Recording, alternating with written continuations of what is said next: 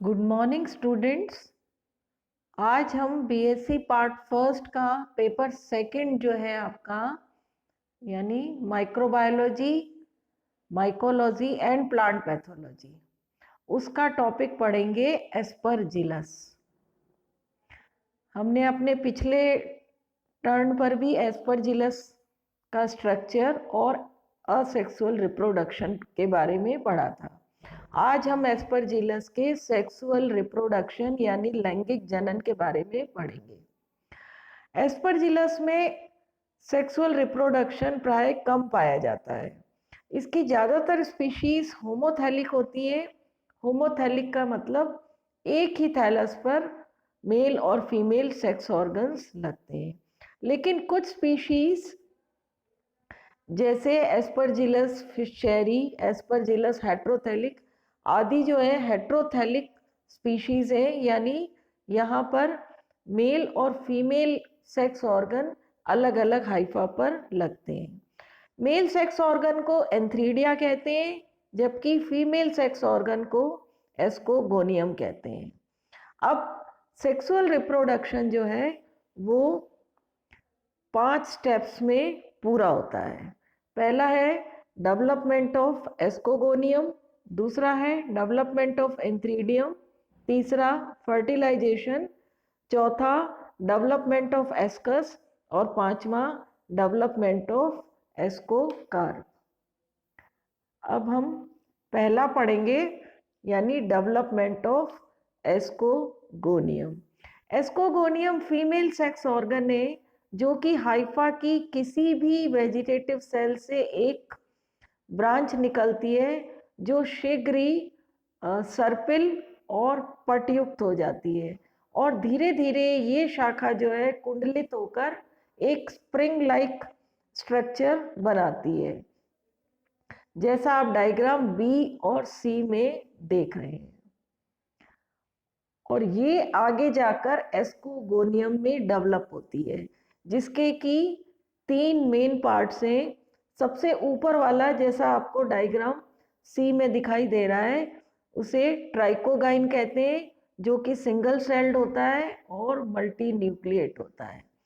इसे receptive reason भी कहते हैं। दूसरा पार्ट ट्राइकोगाइन के ठीक नीचे वाला, जो कि फीमेल गैमिटेंजियम के रूप में कार्य करता है, उसे एस्कोगोनियम कहते हैं। यह भी सिंगल सेल्ड होता है और इसमें भी कई सारे न्यूक्लियाई पाए जाते हैं। तीसरा भाग जो एस्कोगोनियम का सबसे नीचे वाला या बेसल पार्ट है, जो कि मल्टी सेल्ड और मल्टी न्यूक्लिएट होता है, यह स्टॉक के रूप में या व्रंत के रूप में कार्य करता है।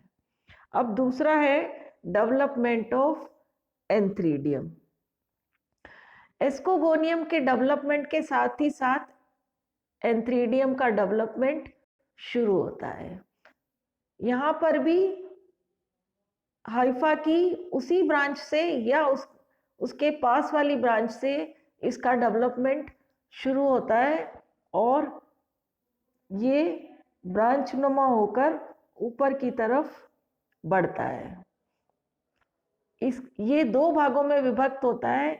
ऊपर वाला जो होता है मेन पार्ट, वो एंथ्रीडियम बनाता है, जबकि निचला भाग जो है वो व्रंत या स्टॉक बनाता है। तो जो एंथ्रीडियम है वो भी मल्टी न्यूक्लिएट होता है। अब तीसरा है फर्टिलाइजेशन। जब मेल और फीमेल सेक्स ऑर्गन मैच्योर हो जाते हैं तब फर्टिलाइजेशन होता है।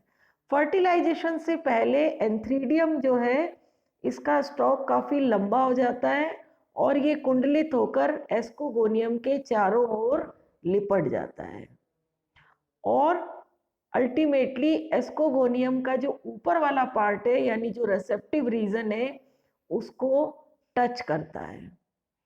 तो जहाँ पर ये टच करता है उसे हम गैमिटेंजियल कांटेक्ट कहते हैं, जैसा आप डायग्राम डी में देख रहे हैं। और जहाँ पर ये एक दूसरे को कांटेक्ट में आते हैं, वहाँ की वॉल जो होती है वो टूट जाती है जिससे जो मेल न्यूक्लियाई है वो एस्कोगोनियम के अंदर प्रवेश कर जाता है। अंदर प्रवेश करने के बाद एस्कोगोनियम और एंथ्रीडिया के जो साइटोप्लाज्म होते हैं उनमें तुरंत फ्यूजन हो जाता है, लेकिन न्यूक्लियाई में उस समय फ्यूजन नहीं होता, बल्कि मेल और फीमेल न्यूक्लियाई जो है पेयर्स में अरेंज्ड हो जाते हैं, जिसे डाइकैरियन कहते हैं, जैसा आप डायग्राम ई में देख रहे हैं।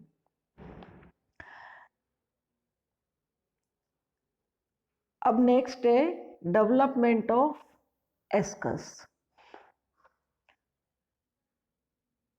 जब फर्टिलाइजेशन हो जाता है तो एस्कोगोनियम में हैप्लॉइड न्यूक्लियाई पेयर्स बनते हैं। इसके बाद एस्कोगोनियम में सेप्टेशन होने से या पटीकरण होने से कई सेल्स बन जाती है, और प्रत्येक सेल के अंदर ये मेल और फीमेल न्यूक्लियाई पेयर में अरेंज्ड रहते हैं, और प्रत्येक सेल जो है एक हाइफा बनाती है, जिसे हम एस्कोजीनियस हाइफा कहते हैं, जैसा आप डायग्राम GH में देख रहे हैं।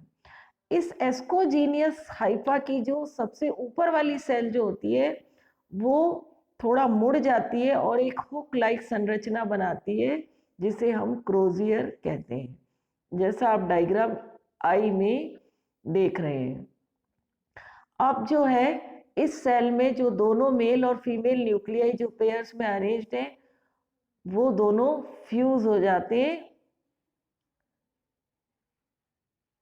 जो सबसे नीचे बाकी जो नीचे वाली सेल्स होती है उनमें सिंगल न्यूक्लियाई होता है, केवल इसी सेल में दोनों न्यूक्लियाई फ्यूज होकर डिप्लॉइड न्यूक्लियाई बनाते हैं, और ये जो डिप्लॉइड न्यूक्लियाई जिस सेल में होते हैं उसे हम एस्कस मदर सेल कहते हैं।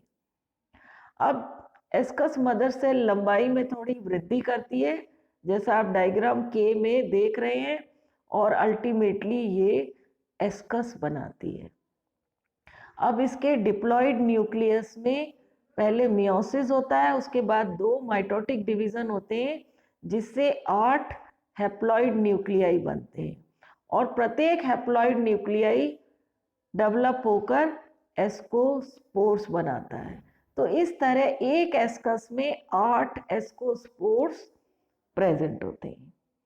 अब नेक्स्ट है डेवलपमेंट ऑफ एस्कोकार्प। जब ये एस्कोजीनियस हाइफा का डेवलपमेंट होता है तब साथ ही साथ एस्कोगोनियम का जो बेसल पार्ट है, जिसमें कि कई सारे स्टेराइल हाइफा हैं, जैसा आप डायग्राम D में देख रहे हैं, ये सभी मिलकर इस फीमेल सेक्स ऑर्गन के चारों ओर एक सूडो पैरेन्काइमेटस स्ट्रक्चर बनाते हैं, या हम कह सकते हैं कि एक कवरिंग बनाते हैं, जिसे कि पेरिडियम कहते हैं, और इस पेरिडियम के अंदर की तरफ एस्कस और एस्कोस्पोर्स प्रेजेंट होते हैं। तो ये बाहर वाली जो प्रोटेक्टिव कवरिंग होती है जिसे पेरिडियम कहते हैं, और इस पूरे स्ट्रक्चर को जो कि पूरा बंद स्ट्रक्चर है इसे हम क्लिस्टोथीशियम कहते हैं, जैसा आप डायग्राम Q में देख रहे हैं। अब इस क्लिस्टोथीशियम की वॉल जो होती है वो टूट जाती है। इसके टूटने से जो एस्कस में एस्कोस्पोर्स हैं वो बाहर आ जाते हैं, और बाहर आने के बाद ये हवा द्वारा दूसरी जगह गिर जाते हैं, और वहाँ ये गिरने के बाद जर्मिनेट होकर फिर से नया माइसीलियम बना लेते हैं। जर्मिनेशन के टाइम जैसा आप डायग्राम O और P में देख रहे हैं, इनसे जर्म ट्यूब निकलती है, और ये जर्म ट्यूब फिर से होस्ट में एंटर करके होस्ट में फिर से नया माइसीलियम बना लेते हैं। तो ये था एस्परजिलस का सेक्सुअल रिप्रोडक्शन। अगर हम इसकी लाइफ साइकिल देखें तो आप देख सकते हैं कि माइसीलियम से एंथ्रीडियम और एस्कोगोनियम बनते हैं, जिससे मेल और फीमेल न्यूक्लियाई बनते हैं जो कि पेयर्ड हो जाते हैं। डाइकैरियोटिक संरचना पाई जाती है। उसके बाद इन दोनों में न्यूक्लियाई में फ्यूजन होता है, जिससे डिप्लॉयड न्यूक्लियस बनता है जो कि डेवलप होकर एस्कस मदर सेल बनाता है, जिसमें मियोसिस होने के बाद एस्को स्पोर्स बनते हैं जो कि 8 होते हैं नंबर में, और ये एस्को स्पोर्स फिर से जर्मिनेट होकर नया माइसीलियम बना लेते हैं। तो ये थी इसकी लाइफ साइकिल। तो आज आपका ये चैप्टर एस्परजिलस कंप्लीट हो गया है। Thank you.